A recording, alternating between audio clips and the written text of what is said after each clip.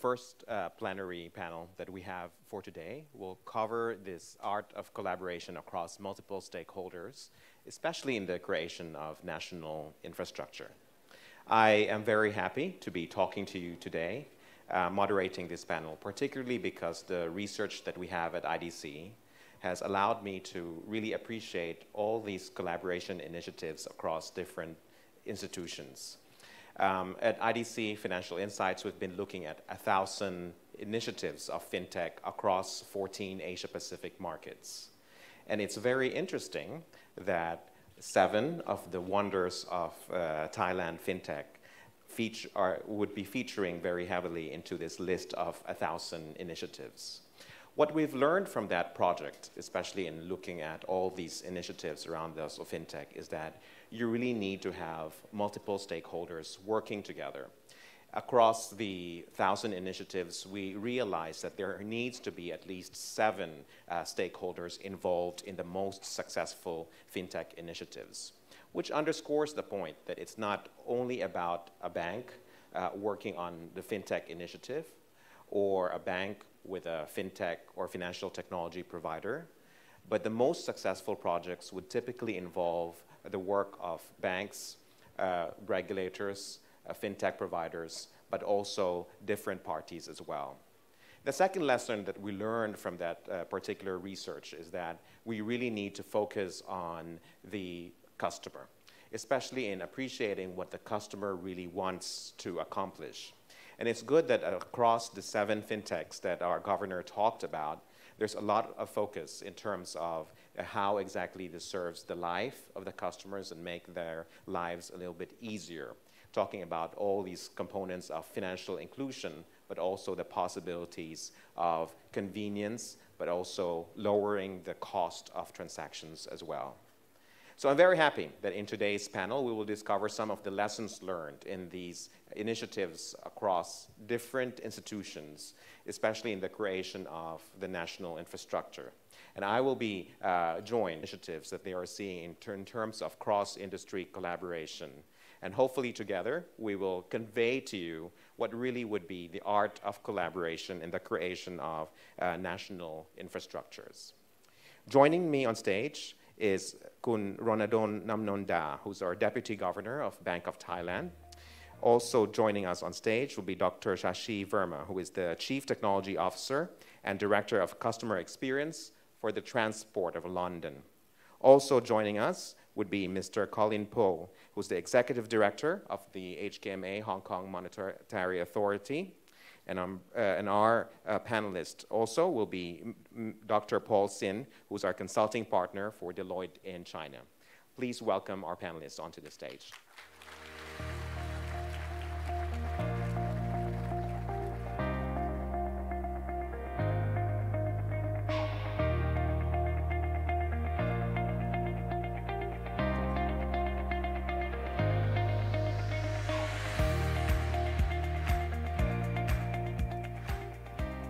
Welcome, gentlemen, and I think it's a very good start to the day, especially as we're going to talk about the successes that we have seen in terms of collaboration, but also what we are going to expect as we collaborate a lot more moving forward.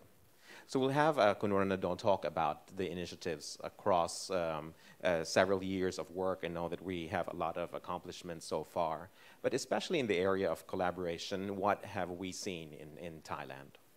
Okay, Sawadee krap. Good morning, ladies and gentlemen. Thank you, Michael, for a kind introduction. It's quite excited and very honored to be part of this first panelist. I think this is the right time if you want to thrive in the fintech development, that the collaborations is probably found exactly the right time to talk about. Because technology is probably not the issue, but in terms of collaboration, in terms of having mutual understandings, mutual benefit of driving the fintech technology is probably the key point. So you will probably will be hear of the word corporations in this next 2 days for 1,000 times. But I like to emphasize that cooperation is probably the key point. But anyway, it's not easy to get all the cooperation among the stakeholders. But I like to share our experiences on how these 3 initiative of the infrastructure in Thailand that have been successful as a result of the cooperation efforts, as the governor mentioned and the video presentation. I think the first, let me highlight on the prompt pay, the retail payment faster pay system in Thailand, and we are very proud of, because this has been launched only about 2 years, and as governor mentioned, there's about 50 million of digital users have been registered in the systems, and at the peak last May, we have seen about 1 million transactions per day. So it's quite remarkable achievement for Thailand faster payment systems. But it's come out because of what I would say, cooperation in terms of what I said, stakeholder-centric collaborations. What it means that we have to manage gather a group of stakeholders together to address a common goal of making payment easier and bring Thailand to the digital age. This prompt pay project has been initiated by Ministry of Finance. The project is a very national level of collaborations, and it has been wide range of group of stakeholders.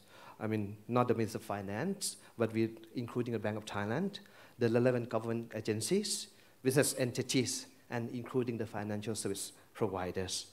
So we have a remarkable achievement of this, provide a very much more efficiencies and convenient way for government and retail consumer and corporate to transfer and receiving funds using any IDs and any devices. So prompt pay indeed is an open infrastructure that can be accessed by both banks and non-bank payment, and promoting competitive and a level playing fields. But at the end of the day, I like to emphasize that cooperation is not a zero-sum games. All stakeholders have to give some, sacrifice something, but with a give and new opportunities. And we can break away from this zero-sum game. For example, consumers, what are their benefits? Now they can get benefit from a cheap and quick transfers with a seamless payment systems. Banks, what they get, they have, despite they have the flat fees, and with the prompt pay, I have to mention that there's no fee of transfer of more than less than 5,000 baht. So what bank has given up the fee? What they gain is the wealth of information provided to better serve their customers. And the public sector obviously benefit from the greater transparencies and accountability. So this is highlighted of what we call across stakeholder-centric collaborations.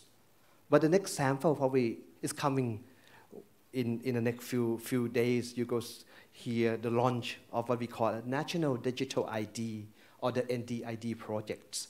This is aims to develop a sharing infrastructure for the exchange data for identity verification and authentication to what we call a DLT-based infrastructure with the biometrics. So this is a truly what I would say across sectoral collaborations, because NDID is not facilitating only our bank services, but it's got to be expand and to the other sector through the collaborations. For example, the healthcare and education. So with the launch of NDID, we hope that the healthcare and education sector can tap on the system whenever they need to verify identity of patients and students. So for profit provider, especially for the banks, they can tap in the eKYC processes, so broaden the online consumer base and enhance financial inclusion to the NDID. So the NDID is also a DLT-based infrastructure, which data is still distributed, stored with authority entities. And the exchange of data between relevant parties has to be a user consent. The first case of NDID hopefully will be with the online bank opening account, and following the use case will be the financial services such as digital lending, and then hopefully we'll expand to other sectors. So this is the sample what I call across sectoral collaborations. The third example and the third successful project is, as Governor has mentioned, is what we call the internal project. Traditionally, we as a public sector corporation has a mindset that we have to believe in the center of the universe. But Nowadays, the centralized ledger is in the past. Now we are in favor of decentralized structure. And this is already a good example of a paradigm shift from the centralized corporation to what we call, and what I call, a network of decentralization collaborations. In the project of Internet, the stakeholder has been solely engaged in a consultative through the whole development journey from the end-to-end process. Bank of Thailand and the project member are eco-footing and really open-minded in terms of sharing knowledge on technologies. So in the project itself, we have to aim to build an ecosystem for the financial systems to explore experiential a DLT to a hands-on experiences. Now we come to the third phases of the internal project. It starts with the use case of the wholesale central bank digital currencies, or CBDC, for the interbank settlement. But later on, we got expanding to the cross-border, and now we are happy to be partnered with HKMA on this cross-border internal project. So we're excited to work hands on hand with the HKMA on this.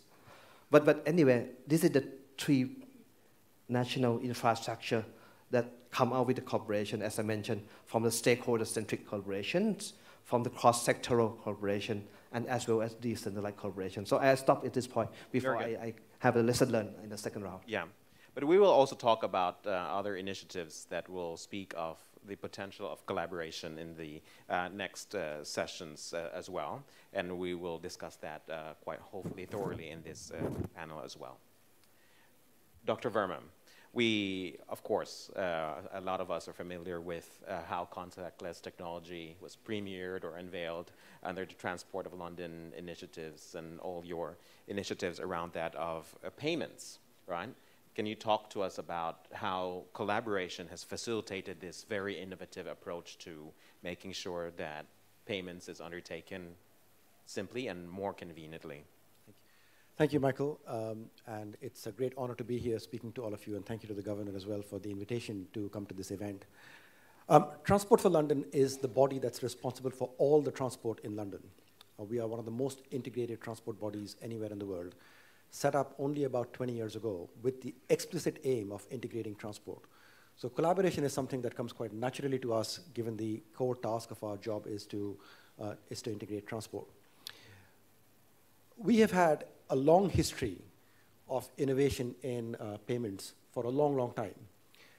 In fact, going back more than a century, the first tickets were invented in the UK in the 1870s, and then the first magnetic stripe tickets were used in London in 1964. That's long before even the payments industry adopted it. The first smart cards were experimented on in 1991, and the Oyster card has been in operation since 2002. So I took charge of the payment systems in 2006, and one of the first questions that I asked was, how much money do we spend in collecting fares? Now, it turns out that that's a question that's not often asked, and it's a number that doesn't drop out of our financial reporting easily. But it turns out it's really expensive to collect fares. We were spending 15% of our revenue just in collecting it. And what's more important is that that's not unusual. That is basically what happens in the world of transport. The world of transport is the most intensive micropayments environment you can imagine anywhere in the world. It's got very tough operating requirements for very high speed, very small payments, and very high volume of payments. So despite the great success of Oyster, we had a big problem on our hands, which is that we were spending too much money collecting revenue. And if you look at this from the perspective of our customers, they pay us to travel. They pay us for the buses and the trains that we run, not to collect the payments. I'll tell you one thing. There's not one person in the world who wakes up thinking that the high point of their life is buying a ticket. They want to get to work. The process of ticketing gets in the way of the thing that they want to do. So our challenge was very simple. How do you get back to a world in which you've taken away the unnecessary step of having to buy a ticket? So you look around, and there are two things that pretty much everyone carries in their pocket. One is a bank card, and the other is a mobile phone. So we started looking at how we could make either a bank card or a mobile phone fit for purpose for collecting transport payments. Now, talking about collaboration, as it turns out, getting that collaboration in the mobile industry was a lot harder. And therefore, we did not make the progress that we wanted in the mobile industry at all. And so we concentrated our effort on the bank card system. And it's true to say that the whole payments ecosystem is very complicated and very fragmented. And if you want to do things in this space, you have to get a lot of parties to collaborate, which is what we had to do as well. But over a lot of effort, over a long period, we were able to get us, the transport industry, the payments industry, and the regulators all to collaborate to create this new product. One thing that's worth pointing out is that we had a very clear idea of what the end product was and what the user experience had to be. And we were uncompromising in providing that user experience. You need the experience to be so slick that a customer doesn't need to think twice before using their product. And that's what we had to do with the collaboration of the entire global industry. And what ended up happening as a result of this is a set of global standards that now drive the world of contactless. From our perspective, success meant very high adoption.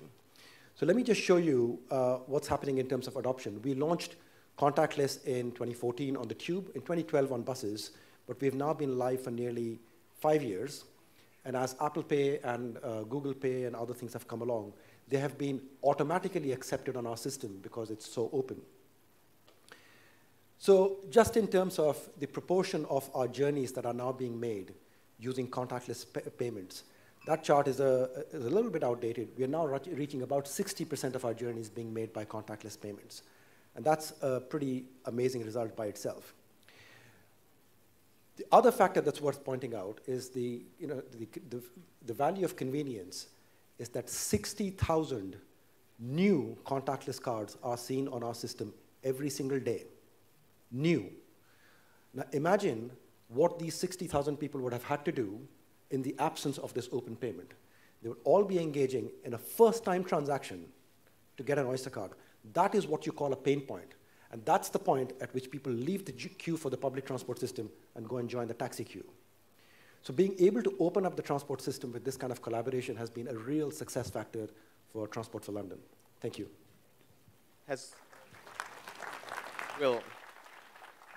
We'll talk about the reduction of your costs as well. You talked about 15%. What is the figure now? We're at about 8.5% now. Okay. And with full penetration, we expect to get down to about 7%. Now, those of you who work in the payments industry or work in the public sector, I can certainly point out that it's very rare to find an example of anything, any process, where half the cost of the process has been taken out while improving the service. It's a rare example indeed. Okay, very good. Yeah, so that we'll talk about this and looking at all the other future successes that we are expecting. Colin, HKMA and your current work in fintech facilitation, but also in terms of payments as well. Well, thank you. Again, it is my honor to be invited to this first panel and share our experience with participants here. Well, if it was like 5 years or 10 years ago, if you asked me about financial infrastructure, as a central banker, the first thing that come to my mind is large value payment system. Okay, we have been obsessed with this, infrastructure for decades, and we even have a Bible on it called the Principle for Financial Market Infrastructures. Okay, but well, these infrastructure, though they remain very important. Okay, they are like underground, pipelines. Okay, they are kind of invisible.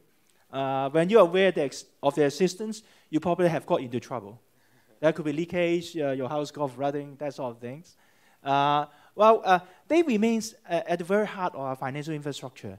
But I think for the past 5 or 10 years, with all these magnificent technological advancements, we actually, like the private sector, seize opportunities to make use of technology to help develop our financial sector, to provide better customer experience, to make our financial institution more competitive.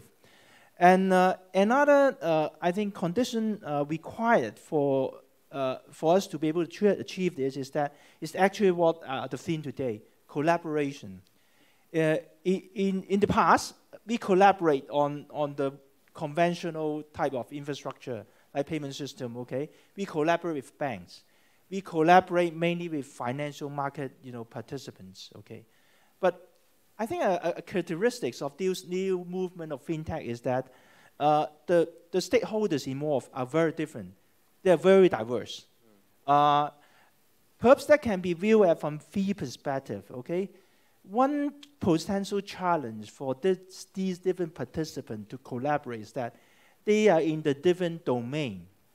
We are in the central banking, we are in the financial field, but these new entrants, they come from the technology sector.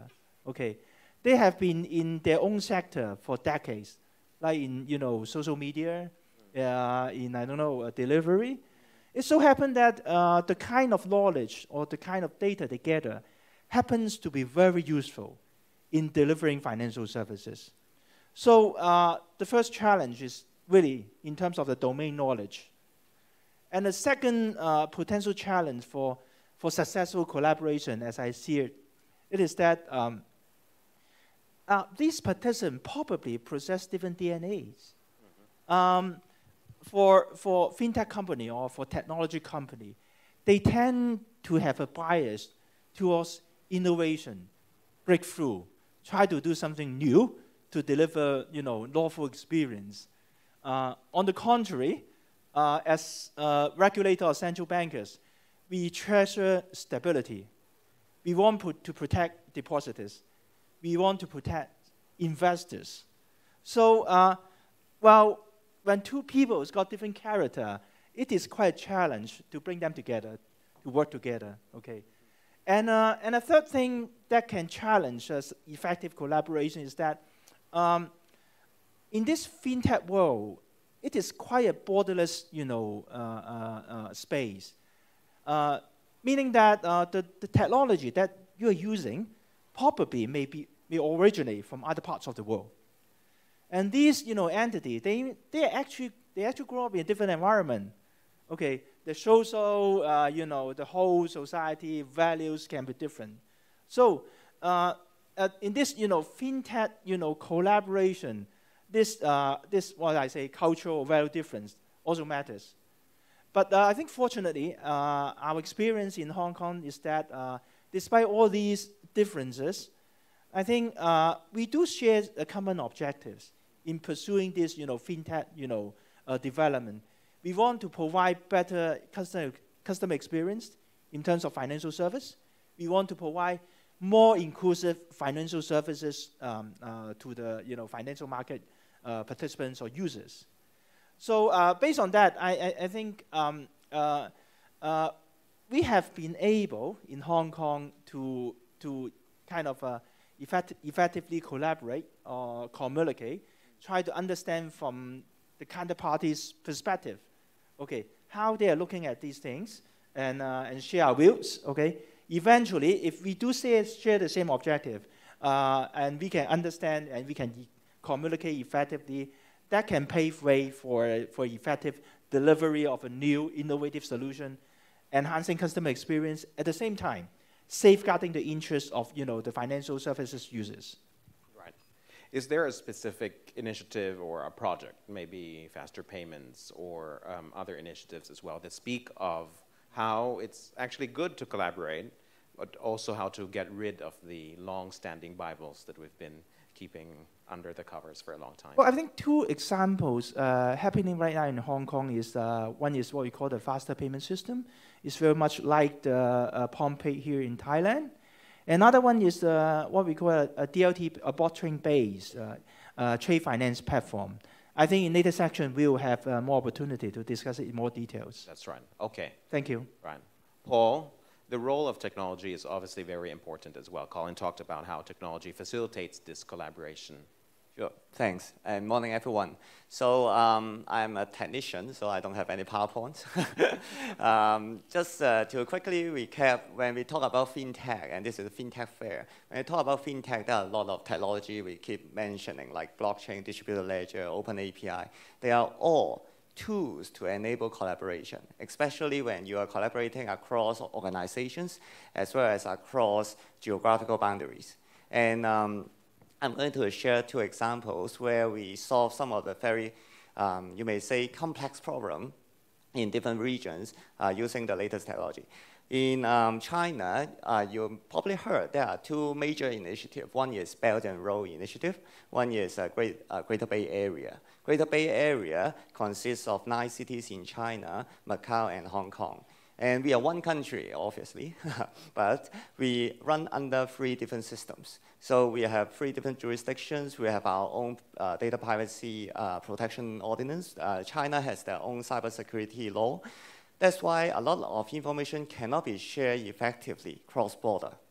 And during all these government discussion, they want to facilitate goods flow, people flow, and capital flow cross-border. And because information cannot flow, all that 3 cannot flow. So even if you hold an ID card, you go to the immigration, if they don't have your record, you cannot go in.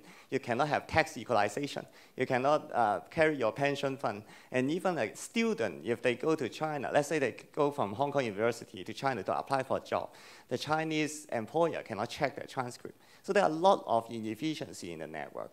One of the key projects we have done is with a life insurance company in China. They are partnering with Hong Kong and Macau banks to sell their product, distribute their insurance products, so that we traditionally call banker assurance. And what they have to do is they ask the bank, let's say the bank in Macau, to give a blank form to their customer to apply for insurance, even though the bank has all the information about their customer. The reason is that they cannot send the data in the system to the insurance company in China. And after that, if the customer call the call center asking like whether my policy is approved or not, the bank cannot answer. They need to hang you up and call the insurance company and then come back to you. Even if you go to the branch to pay premium, they don't know the outstanding amount. So at the end of the day, the Chinese insurance company need to do a lot of reconciliation, and there's a lot of inefficiency. And lastly, and most importantly, the commission never reconcile. So I believe a lot of you sitting here is from bank and insurance. You may encounter that also. Commission dispute is very common. People spend almost 1 month every year just to reconcile all this discrepancy and fight and debate and almost go to court, and then they finally sort that out. So all this inefficiency, after we deploy distributed ledger technology, also known as blockchain, we can synchronize all this information cross-border, real time or near real time. And with that, we reduce 86% of manual effort in the whole collaboration. So that is not the sole reason why we do the project. The sole reason is that after this platform is in place, a lot of other information can go cross-border. And I have to highlight one point. The reason we use blockchain, you can use open API. A lot of bank assurance use API. You can use file transfer. You can even fax, okay? If you still have a fax machine in your office. So the reason why we use blockchain is it has a complex cryptography behind, which can mask a unique identifier, and we will protect the customer privacy while we can still operate on the data. So that is a bit complex, but the idea is that we can synchronize sensitive customer information cross-border without breaching data privacy. That's the whole essence of using DLT. And with that, the insurance company can now enter to new markets without doing peer-to-peer integration one by one. So in the past, if you need 10 partners, you need 10 years because every bank will need 1 year to integrate with you. Now you can do that simultaneously in parallel. And that's why I say for blockchain for a lot of ecosystem, it is not just a productivity gain initiative, it is a strategic weapon.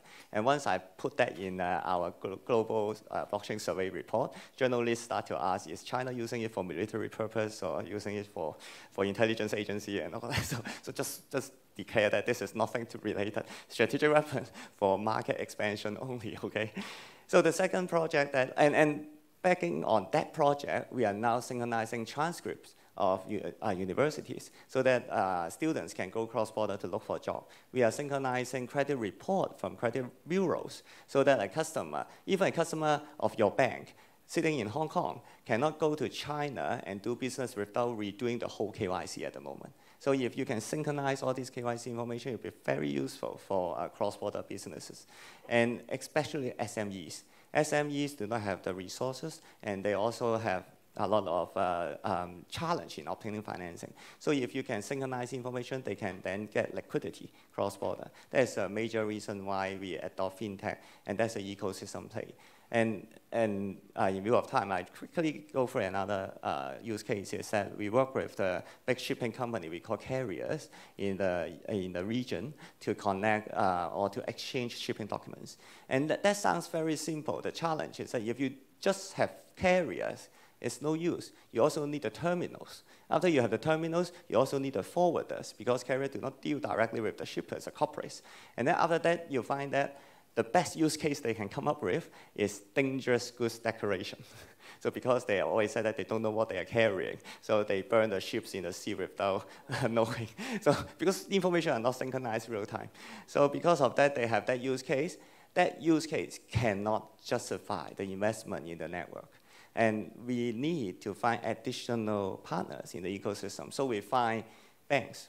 After you have all these trade documents and shipping documents endorsed by multiple shipping companies, you can trust the document, and then you can use it as collateral for trade finance.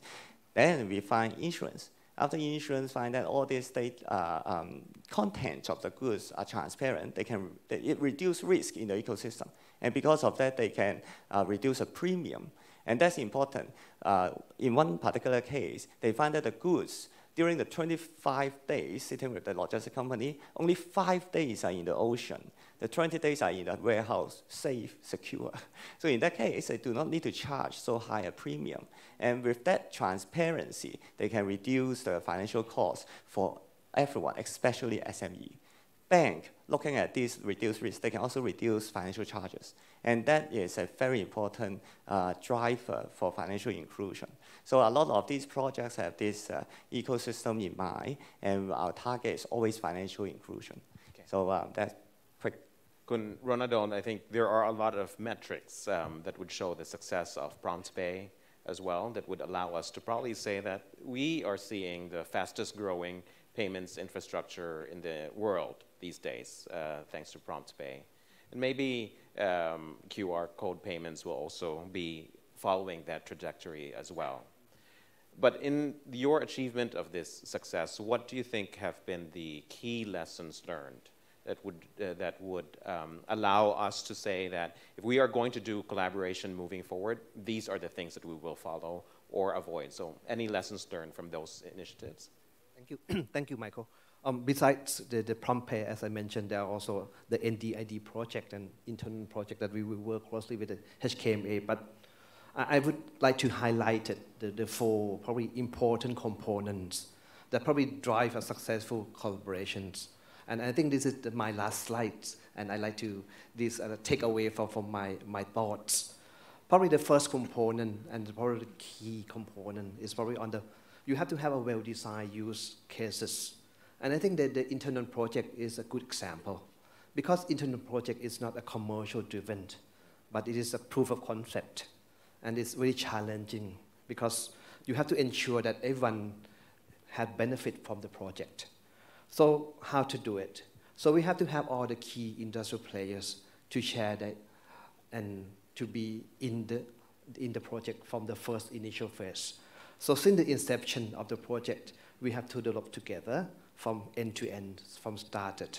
So we have adopted what we call a design thinking process and very agile IT development approach to ensure the project can eventually provide the best outcome and to meet the requirement from different partners. So we, at the Bank of Thailand, we dedicated the room for the team of internal project to work closely together and have an interaction throughout the process of thinking of the proof of concept.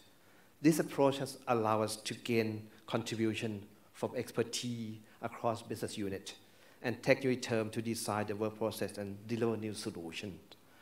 So this is what I said, a very phenomenon to have a good, well-rounded design thinking process of having together and tap in on their knowledge and expertise.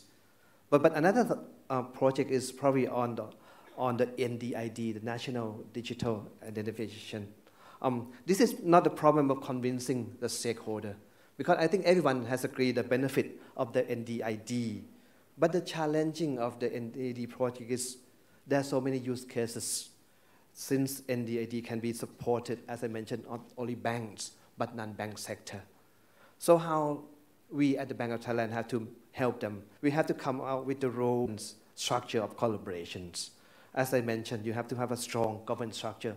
So some of them is of formal bodies. As we said, the PromptPay has been set up by a formal committee, what we call National E-Payment Committee, which role has set up a very high level of direction policy to design aligned strategic plan to create a mutual agreement.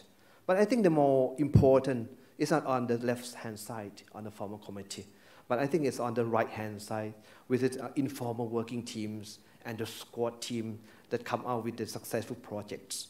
I think there are three aspects actually on the informal basis to work out and come up with conclusions. First is probably on the business agreement. So I put an example of PromptPay project. I think the difficulty of having business alignment is probably on the fee structure. I mean, in the past, the fee structure of each bank are quite different. And believe it or not, we at the Bank of Thailand, we have to have an informal working team. Normally, the bankers are free in the evenings. So we have to have a meeting on the fee structure in the evenings and through the dinner times. So jokingly, I mean, bankers said, wow, having dinner at the Bank of Thailand is quite expensive. Because I mean, at the end, we do agree that, we have to be a free structure.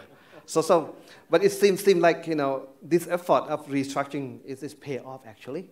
With no fee, I thought, as I said, you have to sacrifice something for an opportunity. So the PromptPay has proven that they have been a significant, lower than other traditional e-payment services. But more importantly, bank has been realizing that they can capture the business opportunity from having more and more customers turn to digital services and resulting in more data collection, as Paul and Colin mentioned. So this is the business aspect of our informal team. The second aspect is probably on technical. So I think the good example, probably a technical, is on NDID and internal projects. We have to really utilizing the DLT, the blockchain technology, to build a new platform. So since this underlying concept of DLT is quite a decentralization, so the role and responsibility of each stakeholder informal working team of having come out with a new network are the key aspects to address and exploring of new technologies. The third aspect of informal working team, probably on the legal side, as we are mindful about the technical business, but the legal, you have not to forget. For example, the NDID, the system need to be craft in the specific legislations. So you have to, at the end, require the platform to be licensed. And the platform had to be compliant with other related law, especially on the data protection and cybersecurity. So the informal work team had to be look after the legal aspect as well. So this is the third dimension on you have to have a bit hands-on throughout the formal cooperations. But the third one is on the well-planned communication and consumer protections. I said the communication is not only on the communication to the public or the PR, but you have to be mindful about internal communication and communication among service payments. Because it's quite important for, especially on the national infrastructure project, to be successful, to be trusted by the public, because it has a big high impact in terms of the system itself. For example, the QR payment.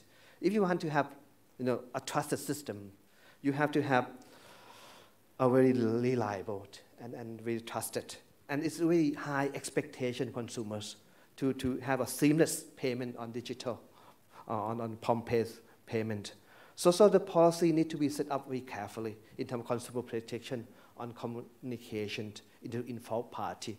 For example, you have to ensure you have a good call center. What if the system is disrupted? You have to have one who can answer the pain point for consumers.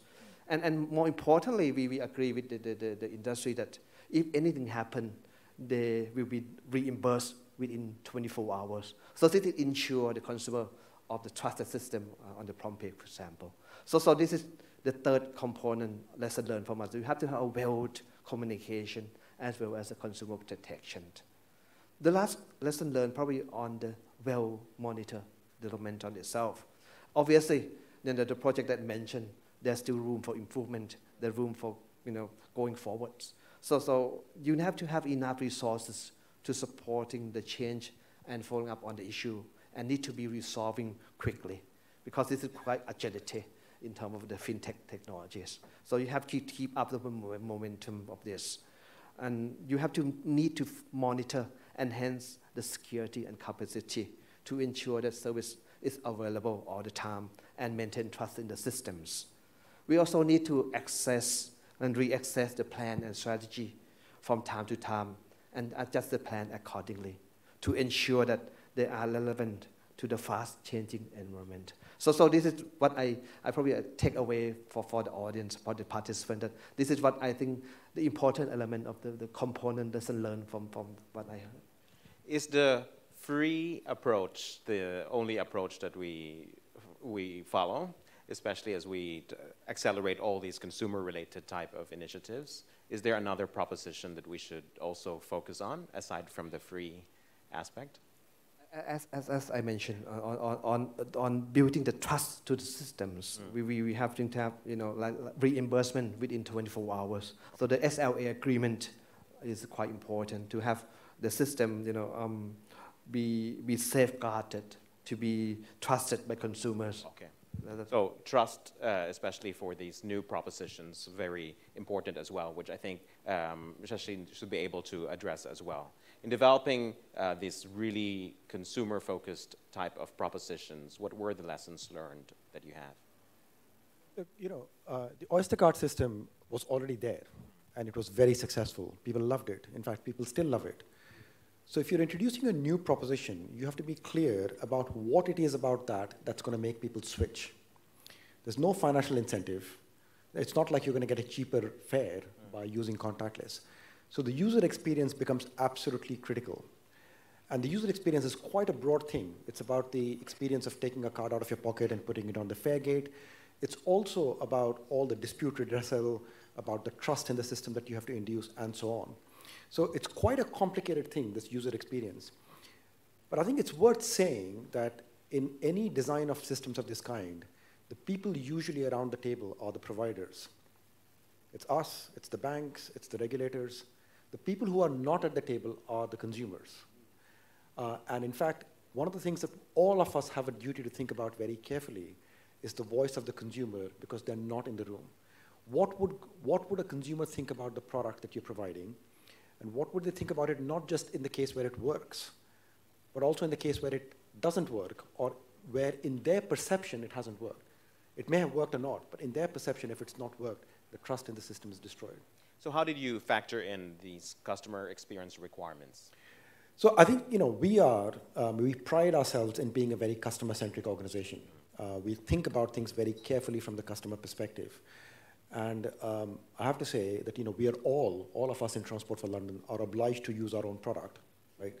So we don't have company cars. We have to travel on the tube. We have to travel on the bus. We have to use our Oyster card. And I was the first person to experiment with the contactless card. In fact, I was the tester-in-chief. And I have this reputation, if there's a flaw with the system, I will find it, right? So, it comes from being in the shoes of the customer yourself, but forcing yourself to think from their perspective every day. It's not what works for us that matters. It's what works for the customer that really matters.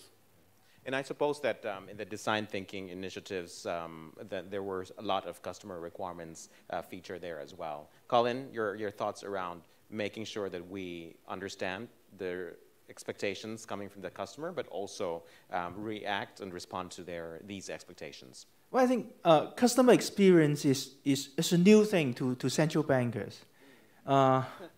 In the past, we moved from, as I mentioned, the conventional financial infrastructure. We provide a foundational layer and then leave it to private sector participants to provide the solutions over there. But in this journey of fintech, we're actually moving up, moving closer to the customers. We actually need to be more customer, sensitive.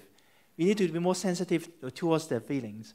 And that is exactly the kind of experience that we have acquired in implementing our faster payment system in Hong Kong. By the way, it is also free of charge for personal users. I think that's a good way to promote usage. But apart from that, we actually have been working quite closely with banks, with payment service providers like e-wallets, to walk through the whole customer journey, to understand how best we should design our platform that can deliver the better solutions or experience in order to promote or help our financial institution to cope with this fintech journey. Unavoidably, central bank will need to really get into this high-risk area that we have been avoiding for decades.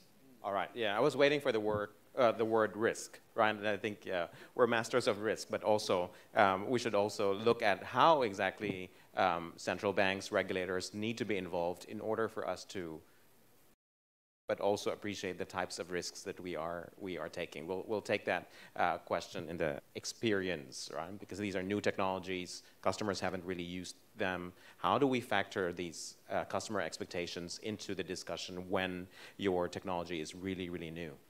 Thanks. So as I said, a lot of fintech, and as a lot of panelists mentioned, a lot of fintech implementations are supporting an ecosystem and collaboration among participants in the ecosystem. A lot of them are corporates or enterprises. In a normal B2C data sharing platform, you can easily create centralized database, use a mobile app, you can share data with your customer. Only when a bank needs to share information with insurance, then you need fintech, you need open API, you need blockchain, etc. And that's partially why blockchain is used by regulators, because this is an underlying infrastructure. To Colin's point, we do not care about customer journey that much.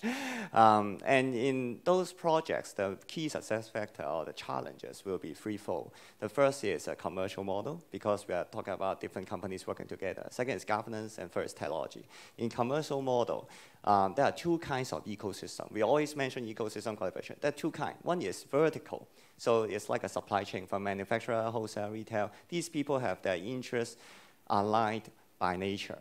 So it is not difficult to make them work together. So supply chain financing is much easier than trade finance, because in trade finance, it's a horizontal ecosystem. We have 12 banks working together, and they have been competitive for centuries. So that's where people like me, which is totally neutral, to come just to host a meeting. So that is one thing we need to consider. And let's say use the KYC blockchain as an example. If a customer go to bank A to open an account, spend 2 hours of the staff, and then go to bank B, and because the record is already in the network, you can open an account in 2 minutes. The second bank has to pay the first bank back, right? So the pricing is very important. To Ronadol's point, the pricing commercial arrangement is important. If you charge too high, the second bank is not going to join the network. There's no adoption. No adoption, no value. If the charge is too low, the first bank is not joining. And if the ecosystem has some very big bank and a lot of smaller bank, then the big bank has a tendency to block the smaller bank to join the network. So these are all very real considerations in the governance part. Second thing is that if the first bank open an account for a terrorist, and then the second bank finance the terrorist based on the record from the first bank, who is going to jail? So that is a very complex problem. So that's governance model. Also, there's a liability issue. Do we need an overarching legal framework to govern this? And also, there is a data standard you need to agree upon before you can even start implementing. Okay. The third is the technology part. Everyone got a legacy system. I remember Mr. Governor also talked about that. Everyone uses different system. We need open architecture, and we need interoperability. And you do not create a portal. I see a lot of blockchain demo. You have a web portal. No one uses it. because I already have my system. I have my ERP, I have my core bank system. If you give me another portal, I need to double my headcount. So the people need to double entry. So you need APIs, you need legacy system integration, and you need an open platform. You cannot use a proprietary platform. If one participant use a vendor that provide a proprietary blockchain, no one can interoperate with these guys, and that will defeat the whole purpose of the system. So that's another thing we consider. Okay, to Colin as well as to Ronadol, the role of central banks, regulators, or government agencies in promoting collaboration. Obviously, there's a lot of power in bringing all parties together, but what are the real benefits of involving the regulator from the get-go? Well, I think despite the fact that we are talking about new technology, the old principles still applies. We are in Praso. We see there's a public good involved that can bring efficiency gain to the system. And our involvement will demonstrate to market participants that we are not favoring any parties. We are not favoring any particular type of technologies. We always claim that in the HKMA, we claim that our policy or strategy towards fintech development is that we are kind of technology neutral.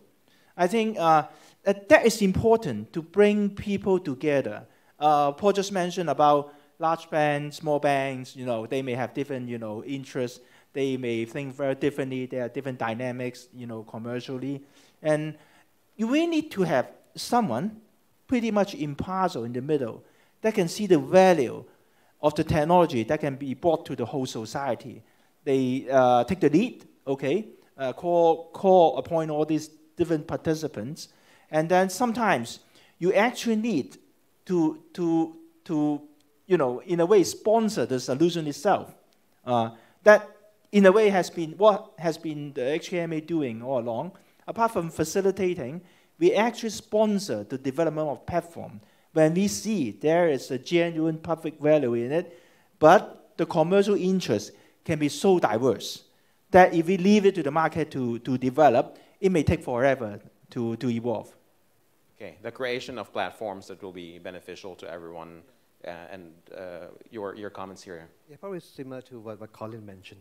I think as being used to be a regulator, you thought that as a regulator you are the king of the universe. But I think the mindset of regulator need to be changed on the fintech technologies in terms of having a people-centric. I think in terms of inclusion growth for the future. I think we as a regulator, we have to be mindful on the centrics of our consumer. What are the benefits of having the national infrastructure? What is having all the stakeholders together and building a foundation for inclusive growth, for sustainable growth for the countries. Okay. There are questions from the floor, and we will address them at this point. Somebody, as I think obviously planning a trip to London, so, what is the benefit, especially for tourists in London? How is London transport accommodating overseas visitors riding London subway using contactless payments? Well, that's a great question. So this process of collaboration that we followed has created global standards. The standards that are being implemented by Visa and MasterCard are mandated globally, and we accept contactless cards from anywhere in the world. So I said that we see 60,000 new contactless cards every day. We've seen about 60 million cards all put together in the 5 years that we've been live. And they've come from 145 different countries. And I think we've seen pretty much every country that has ever issued a contactless card. So when you arrive in London, you do not need to queue to buy a ticket. If you have a contactless card in your pocket, the public transport system is available there for you right at that point. Does it matter if you're a tourist traveling to London or London? It does not matter. And again, this is part of the user experience that I talked about. The experience is that if you arrive from Bangkok in London, you can take your contactless card on the tube and you can start traveling right at that point. You do not need to do anything at all. Okay, all right. Question for Paul. Who drives these projects that you mentioned earlier, especially around that of insurance data, commission, dispute resolution? Is it the government or is it an industry-wide initiative? It's an industry initiative. So it was started with the insurance company first, and they first worked with 2 different banks. And I always say that the easiest way to start a platform like that is to to use a snowballing approach. So you have a small snowball and you roll it bigger and bigger with more participants in the ecosystem going to more countries and involving more industry. Okay, all right. You talked about the use of all these new technologies, maybe blockchain, DLT, IoT as well. What are the potentials of all these technologies? This is a very good question. So I always see that there are a lot of seminars on AI, on blockchain, IoT, etc. But in the future, we do not separate this technology. Blockchain is the underlying data infrastructure. API is application collaboration platform. So we will start to integrate these together. I'll give you a quick example. Let's say if today there's a typhoon in Pacific Ocean, the IoT installed on the container will already detect that the ship will be delayed. And because of that, because the data is now pushed into blockchain, it will be distributed to all the participants in the ecosystem, insurance company, bank, and all the terminals, they will got alerts of that. And they are already building AI engines that will digest the big data collected in the blockchain. And this is the first time you have big data from the ecosystem, not from your own organization. Your own organization already created data lake, but that's only your data. Now you have blockchain that collect ecosystem data. And that's why the AI engine running on that is much more powerful than your own AI engine. And the predictive analytics coming out of it can predict propensity, risk, etc., much more precisely than in the past. People nowadays start to not commercialize on the blockchain or data platform. They're commercializing on the API that are generated through AI engines running on top of blockchain. So the blockchain is non-profit, but the AI engine is the killer apps that they make money from. Implications on customer privacy, which is a very topical issue in Thailand as well, and the rest of the world facing that. What are the frameworks for customer privacy, also customer consent with all these new technologies coming on board? Okay, so my role, I told Colin, I always told Colin that my role is to create risk. So yeah, good risk, as long as he allows me to. Okay. So in terms of data privacy, I always say that it is not a black or white decision. When you have aggregated data at a country level, like the average income of Thailand, it is not sensitive. If you go down to a province, go down to a household, it gets more and more sensitive. So if you go to an individual with a unique identifier, then that's privacy data. So that's how we decide the value and the concern on privacy. You can go down to a household, and you can still get past some of the data privacy protection laws. And with blockchain, we hash the unique identifier. So that, in a way, we mask the identifier, and that's how we facilitate collaboration without breaching privacy. And to Colin Ronadol, the role of the regulator in terms of protecting the identity, but also the privacy of individuals, very important. It's indeed. Actually, the privacy law is just enacted in Thailand, and it will be implemented soon. So the importance of privacy is quite important. But I think that the more important is that to have educated the consumers on their own privacy. What are their rights? What are their consents to the data? What are the use of data for their benefit? But if they were using for other purposes, that's what probably the regulator need to tap in and come in and intervene, because data is quite a great asset. But if you use it in a good way for benefit of consumer, that should be okay. But as Thailand experiencing the consumer debt, for example, we don't want to have those data to be utilized in a wrongful way. Well, given our DNA as a public domain company, that protection of privacy consideration actually transcend in all our initiatives. For example, in Hong Kong, we introduced a regime for what we call the store value facilities. They are actually e-wallets, okay? We actually want to make sure that in the whole customer onboarding data storage process, these operators will strictly observe all these data privacy regulations. On the project of like the faster payment system, we actually build a system. We actually put in safeguard in the system to ensure that the sensitive information will not be leaked. Okay, that will be low leakage of data.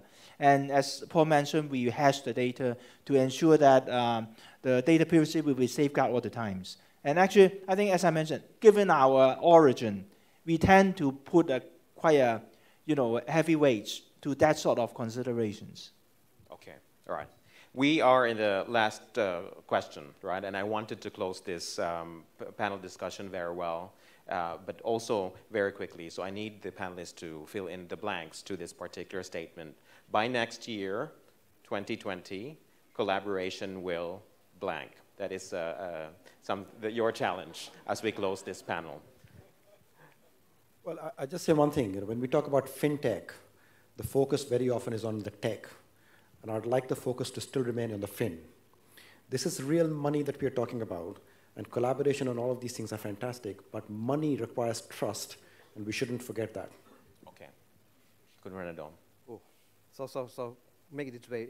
It's not very convincing for competing entity to collaborate easily, as I said. But collaboration is not a zero-sum game, as I mentioned. So we have to sacrifice something for the better opportunity, as I mentioned.